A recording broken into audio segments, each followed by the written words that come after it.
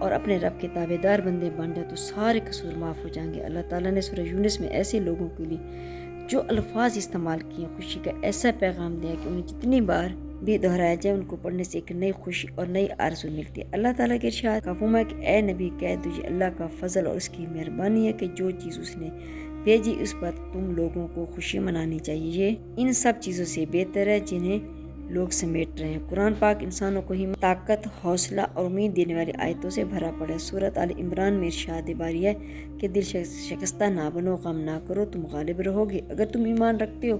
بہت ساری آیات میں اہل ایمانوں کو قیامت کے دن اللہ کے دربار میں حاضری کے وقت عظیم خوشی اور اچھے انعام کی نوید سنائی گئی ہے۔ ایسی آیتوں کی تلاوت رنج و غم کے احساسات کو مٹا دیتی ہے۔ ایسی آیتوں کی تلاوت سے مسائل چھوٹے نظر آنے لگتے ہیں۔ اللہ کی رحمت شامل ہونے کا احساس دنیا کے سارے غموں کو بھلا دیتا ہے۔ سورۃ بقرہ میں اللہ تعالیٰ اہل ایمان کی خصوصیات بیان کرتا ہے کہ ان پر کوئی مصیبت پڑے تو کہتے ہیں کہ ہم اللہ ہی کے ہیں اور اسی کی طرف لوٹ کر جانا ہے۔ انہیں خوشخبری دے دو ان پر ان کے رب کی طرف سے بڑی عنایت ہوگی، اللہ کی رحمت ان پر سایہ کرے گی اور امید رہنے کے جو فوائد مختلف سے سامنے آئے ان میں نمایاں ترین یہ کہ امید پر رہنے سے امراض کو روکنے والا نظام مضبوط ہوتا ہے، اس پر انسان مناسب فیصلے کرتا ہے اور مشکل حالات کا مقابلہ اچھے طریقے سے کر لیتا ہے۔ ایسا انسان ہر دل عزیز ہوتا ہے اور سماجی تعلقات میں زیادہ لچکدار ہوتا ہے اور ملنے جلنے کے ساتھ آسانی سے گھل مل کر رہتا ہے اور امیدی سے خوشی ملتی ہے اور امیدی سے دماغ کو آرام ملتا ہے۔ پر امید رہنا ایمان کا حصہ ہے۔ مومن رب کی رحمت سوچ کر خوش رہتا ہے۔ مایوسی انسان ناقص ایمان ہوتا ہے، ہر وقت منفی سوچ کے باعث مشکل میں پڑا رہتا ہے۔ حضرت یعقوب علیہ السلام کا واقعہ یاد کیجیے، ایک بیٹے کو درندے کے ہاتھوں ہلاکت کی کہانی سناتے اور دوسرے بیٹے پر چوری کی واردات میں قید ہونے کا دعویٰ کرنے کے باوجود مایوس نہیں ہوئے۔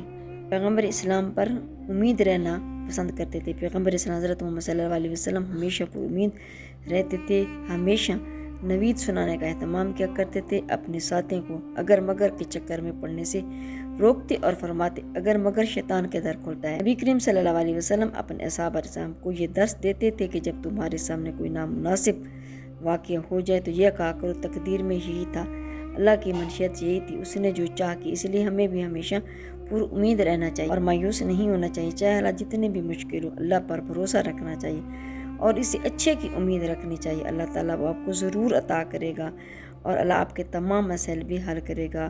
امید زندگی کے سفر میں کبھی ایسے موڑ بھی آتے ہیں جب انسان امید اور نا امیدی کے دہرائے پر آ کر کھڑا ہو جاتا ہے۔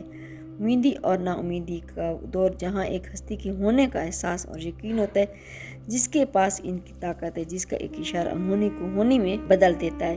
امید اللہ پر یقین ہے، نا امیدی اللہ کا انکار، نا امیدی کفر کہا گیا ہے۔ حضرت یعقوب علیہ السلام نے اپنے بیٹوں کو حضرت یوسف علیہ السلام کی تلاش پر روانہ کرتے وقت فرمایا تھا، خدا کی رحمت سے نا امید نہ ہونا، خدا کی رحمت صرف کافر نا امید ہے۔ سورہ یوسف کی آیت نمبر 87۔ اللہ کی طرف دیکھ کر امید پیدا ہوتی ہے، دنیا کی طرف دیکھ کر نا امیدی ہوتی ہے، بس امیدی اور نا امیدی کے بیچ میں اللہ ہی ہے۔ آپ اپنے رب پر امید رکھتے ہوئے یہ وظیفہ کرنا، انشاءاللہ اللہ تعالیٰ آپ کے تمام مسائل کو حل کر دے گا۔ اگر آپ یہ وظیفہ رزق کے لیے کرنا چاہتے ہیں تو آسانی کے ساتھ اس کو کریں، یقین کے ساتھ کریں۔ اگر اس کے علاوہ کوئی دوسرے مسائل ہیں تو آپ ان کے لیے بھی اس عمل کو کر سکتے ہیں۔ اگر گھر میں کوئی بیمار ہے تو آپ اس وظیفے کو کر سکتے ہیں۔ اگر کوئی بے اولاد ہے تو وہ بھی اس عمل کو کر سکتا ہے، کیونکہ یہ جو وظیفہ ہے ناممکن کو ممکن کر دینے کی طاقت رکھتا ہے۔ بیماری کے لیے کریں، چاہے جسمانی بیماری ہے، ذہنی بیماری ہے، نفسیاتی بیماری ہے، کوئی بھی آپ کو بیماری ہے یا آپ کے رشتہ داروں میں، گھر میں بہن بیٹی کو کوئی کسی کو بھی ہے تو آپ نے عمل یہ لازمی کرنا۔ یہ ایسا وظیفہ ہے آپ سے جتنی بھی بڑی پریشانی اس کو منٹوں کے ساتھ ختم کرے گا۔ اگر آپ پر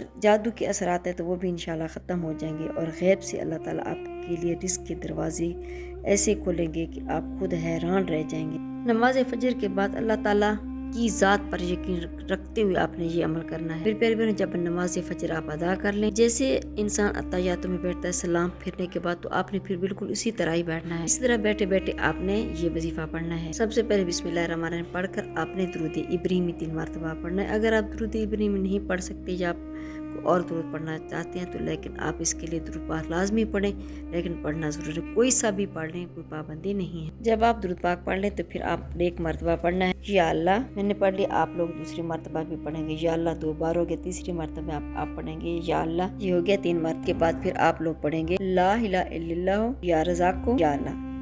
ایک مرتبہ میں نے پڑھ لیا، آپ لوگ دوسری مرتبہ بھی پڑھیں گے۔